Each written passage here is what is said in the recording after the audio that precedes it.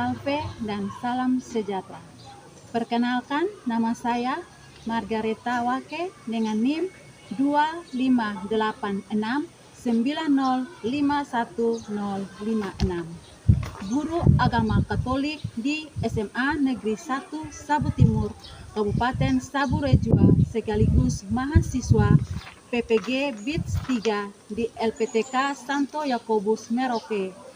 Pada hari ini, Kamis 9 Oktober 2025, saya akan melaksanakan uji kinerja praktek pembelajaran secara luring atau tatap muka di kelas 12 SMA Negeri 1 Sabu Timur dengan materi panggilan hidup membiara.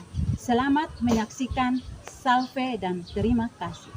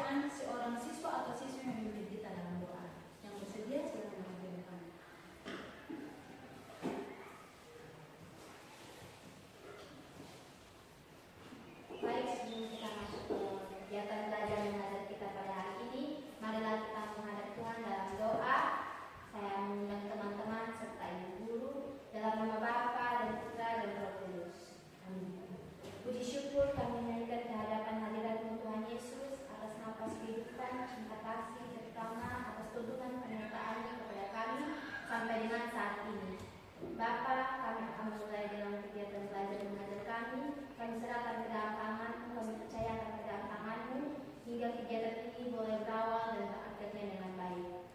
Bapa, hanya ini doa dari permohonan kami, ampuni setiap dosa dan pelanggaran yang kami lakukan.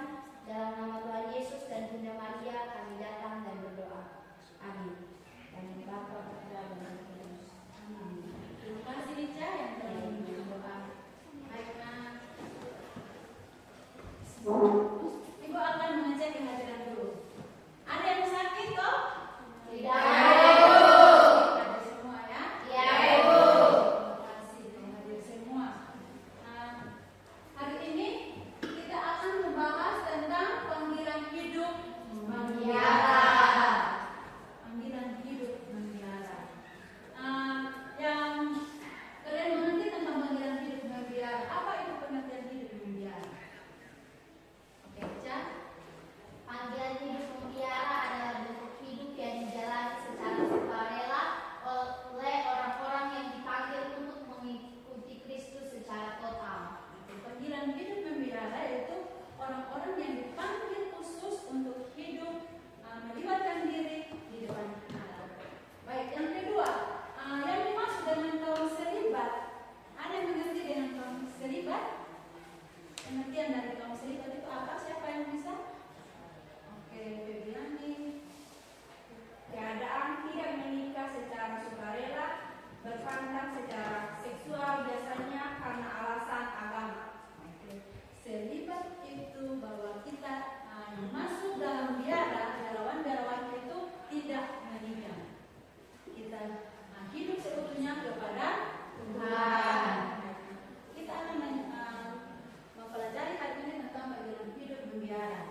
Tujuan dari panggilan hidup membiara, Anda bisa lihat bahwa tujuan hidup membiara yaitu memahami hakikat panggilan hidup membiara, dan yang kedua mengidentifikasi bentuk hidup membiara, yang ketiga menganalisis tantangan dan hidup membiara, keempat menghargai nilai spiritual dan sosial, yang kelima merefleksi panggilan hidup membiara, dan yang terakhir menyatikan informasi tentang tokoh inspirasi.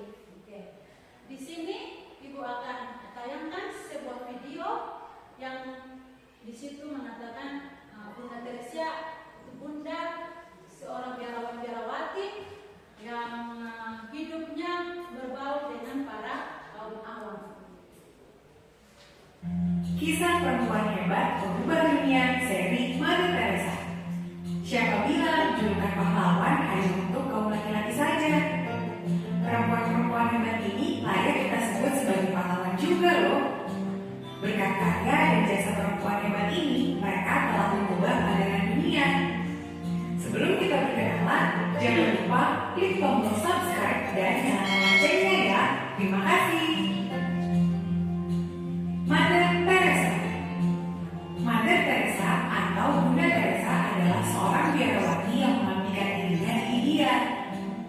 Ia menghabiskan waktunya untuk membantu kaum miskin serta orang sakit dan terlantar. Mother Teresa lahir pada 26 Agustus 1910 di Skopje, Makedonia, Eropa Tenggara. Mother Teresa memiliki nama lengkap. Share dan subscribe juga channel Bobo yuk.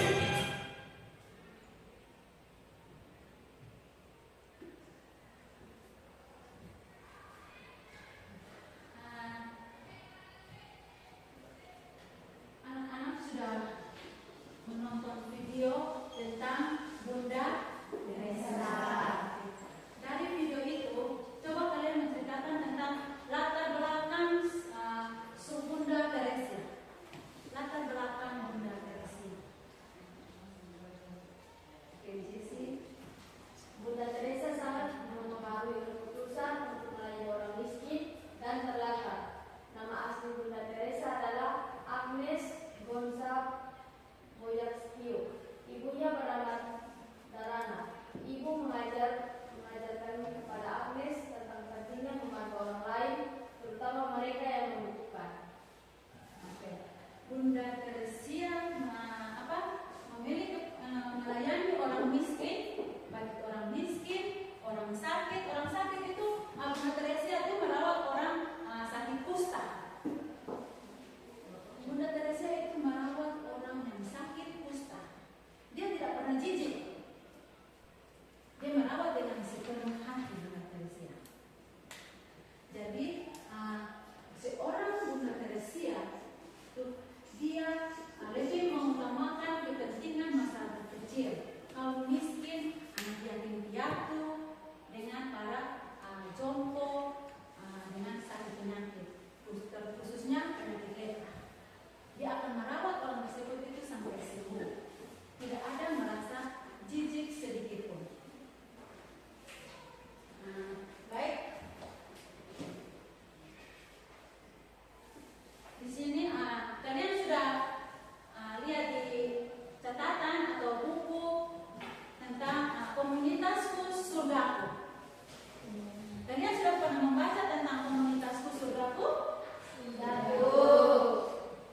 Kalau sudah pernah membaca tentang komunitasku surgaku, berarti ibu akan bertanya dulu kepada kalian. Komunitasku surgaku. Komunitas itu tempat tinggalnya siapa? Tempat tinggalnya para kaum awam atau para biarawan-biarawati? Komunitas itu tempat tinggalnya siapa? Para imam, biarawan dan biarawati. Oke. Di sini ibu mau tanya dulu tentang panggilan hidup membiara. Panggilan hidup membiara itu dikenal dengan 3 kaul. Ada 3 kaul dalam kehidupan membiara. Siapa yang tahu kaul-kaul apa saja? Kaul-kaul apa saja? Jessica? Kaul kemiskinan, Kaul kemiskinan, kaul kemurnian, kaul kemurnian, kaul ketaatan. kaul ketaatan. Kaul kemurnian apa? Siapa yang tahu tentang kaul kemurnian? Oke, salah satu dari kalian berdua coba. Yaitu janji yang diucap oleh biarawan atau biarawati untuk taat kepada pemimpin mereka dan peraturan dalam syariat religius sebagai bentuk penyerahan diri kepada Tuhan. Oke, mari kita berikan aplaus untuk teman-teman yang sudah menjawab pertanyaan. Baik, ibu jelaskan sedikit tentang kaul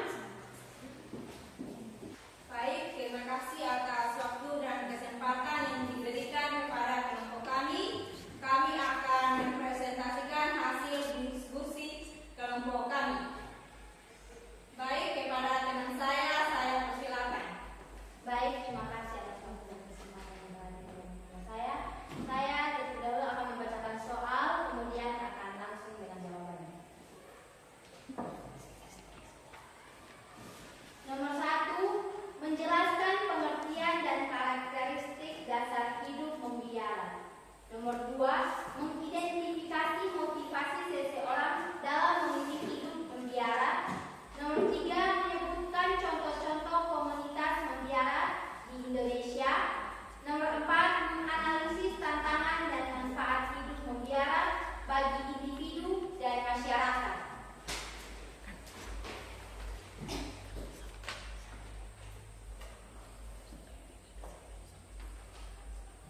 Menjelaskan pengertian dan karakteristik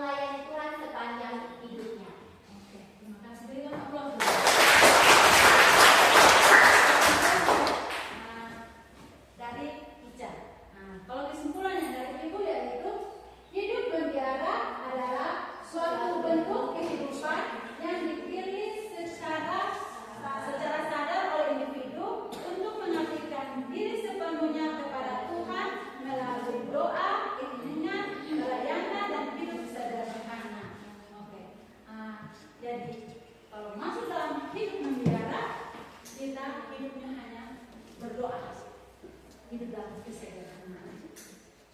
Sampai di sini mungkin ada pertanyaan atau usulan dari para anak-anak. Ya, ada yang mana?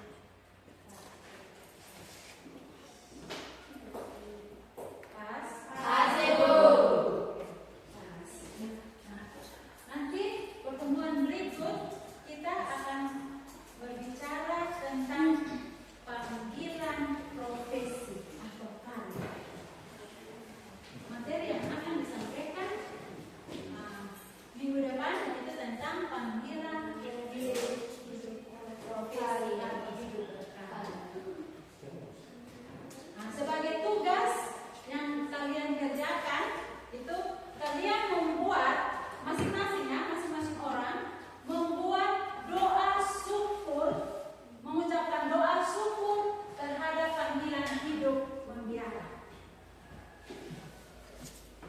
Masing-masing siswa membuat tugas tentang doa syukur panggilan hidup membiara.